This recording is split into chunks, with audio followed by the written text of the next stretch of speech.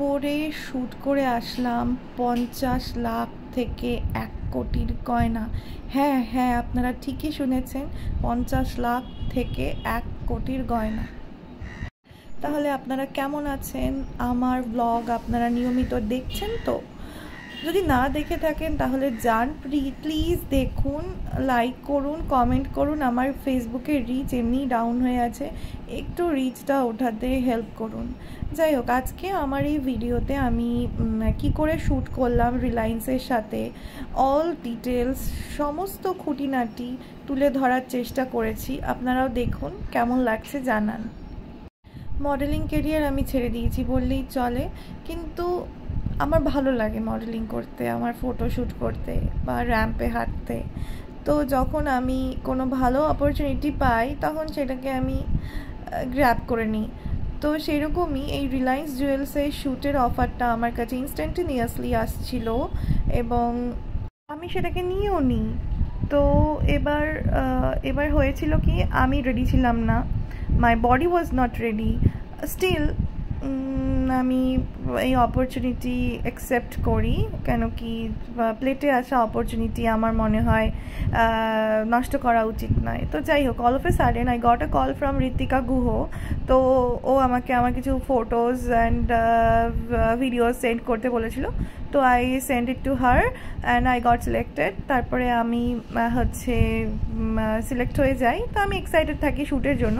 তো আমাদের dress designer যে ছিল তার মানে ঠিকঠাকভাবে ড্রেস ডিজাইনার আমরা ম্যানেজ করতে পারছিলাম না। তো তারপরে আমার লাস্ট মোমেন্টে ইচ্ছে বাক্যে বলি, আর ড্রেসও কিন্তু একদম লাস্ট মোমেন্টে ওরা টু ডেজে, আই থিঙ্ক বিটুইন 1.5 দিনে 3টে লেহেঙ্গা, মানে 2টো লেহেঙ্গা একটা শাড়ি বানিয়ে দেয়। তো ড্রেস আমাদের রেডি হয়ে যায়।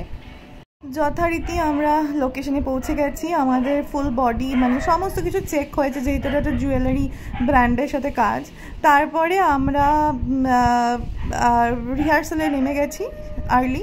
তো এখন আমরা রিহার্সাল করছি। রিহার্সাল আমাদের ঋতিকা গুহ সমস্ত ইনস্ট্রাকশন, কোরিওগ্রাফি সমস্ত কিছু করে দিয়েছে।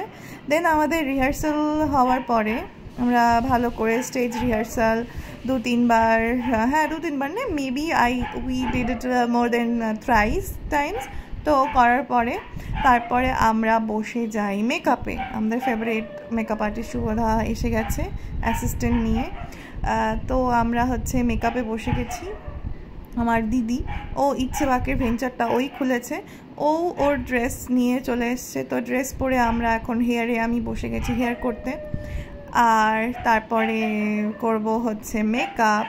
ইন দ্য মিন টাইম ওরা আমাদেরকে সার্ভ করেছে, মানে বিকেল হয়ে গেছিলো, চা সার্ভ করেছে দার্জিলিং টি, যেটা খুব রিফ্রেশিং ছিল।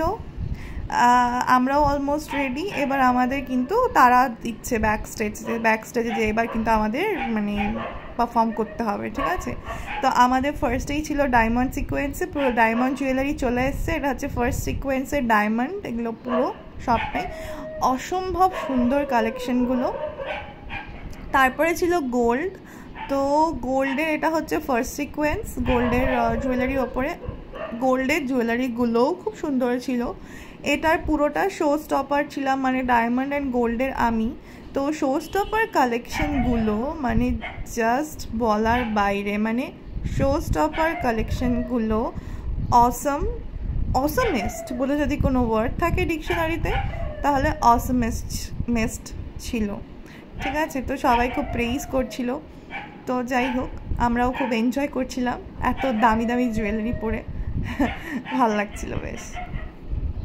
এরপর আমরা দেখে নেব শো স্টপার কালেকশন গোল্ডের জুয়েলারির ওপরে। এইটা সেই শো স্টপার কালেকশন, এটার দাম 50 লাখের ওপরে।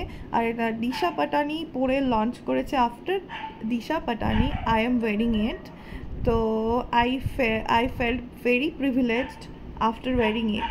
তো এই সেই ডায়মন্ড ফার্স্ট কালেকশন, যেটা এটাও খুব সুন্দর ছিল। ডায়মন্ডের কালেকশনটা আমার তো জাস্ট মানে মনে হচ্ছিলো আমি পরে পালিয়ে চলে আসি, মানি হাইস্ট এর মতো যদি কিছু করতে পারতাম খুব ভালো হতো। আর এইটা সেকেন্ড 27 লাখ টাকার একটা ডায়মন্ড শো স্টপার কালেকশন ছিল এটা। It was just wow, awesome, just awesome. কি বলবো আমি আর। দেখছেন সেটা তো ঠিক আছে, ভালো একটা জিনিস দেখছেন, কিন্তু এর পিছনে কিন্তু খাটনিও প্রচুর ছিল। সারা দিন ধরে রিহার্সাল করা, ড্রেসে যারা বানিয়েছে তাদের ড্রেস করা, মানে ড্রেস বানিয়ে নিয়ে আসা রাত জেগে, তারপরে হচ্ছে যারা মেকআপ করেছে দাঁড়িয়ে দাঁড়িয়ে মেকআপ করানো। আর আমাদের যেটা সব থেকে বড় আমার প্রবলেম হচ্ছিল কানের পরতে। আমি কানের এমনি পরি না, তারপরে আমার কানের ফুটো হয়ে গেছিলো ছোট, কানের পরতে তো আমার লিটারেলি মানে ফেটে যাচ্ছিলো। তারপরে আমার একটা কোমরের ছিল সৃষ্টি। ও মাই গড, ওর প্রথম দিকে তো প্রবলেম হয়নি, বাট লাস্ট সিকোয়েন্সে গিয়ে ওর কানের পরতেই পারেনি, পুরো লাল হয়ে গেছিলো ওর কানেরটা। তারপর তো লাস্টে বললো যে ব্যথা দিয়ে তো আর করানো যাবে না শো, তো তার থেকে বেটার তুমি কানের পরে তোমার যাওয়ার দরকার নেই। তো কানের পরে আর আসেনি। তো যাই হোক, এই সেই দিশা পাটানি কালেকশন, মানে দিশা পাটানি পরে যেটা লঞ্চ করেছিল, এই সেই বেস্ট কালেকশন। তো যাই হোক, ওভারঅল ভিডিও আপনাদের সামনেই আছে। আপনার কেমন লাগছে জানাবেন, কমেন্ট করবেন, লাইক করবেন। আমাদের শ্যুট অলমোস্ট শেষ, আমরা এখন বাড়ি যাচ্ছি। Tata, bye bye.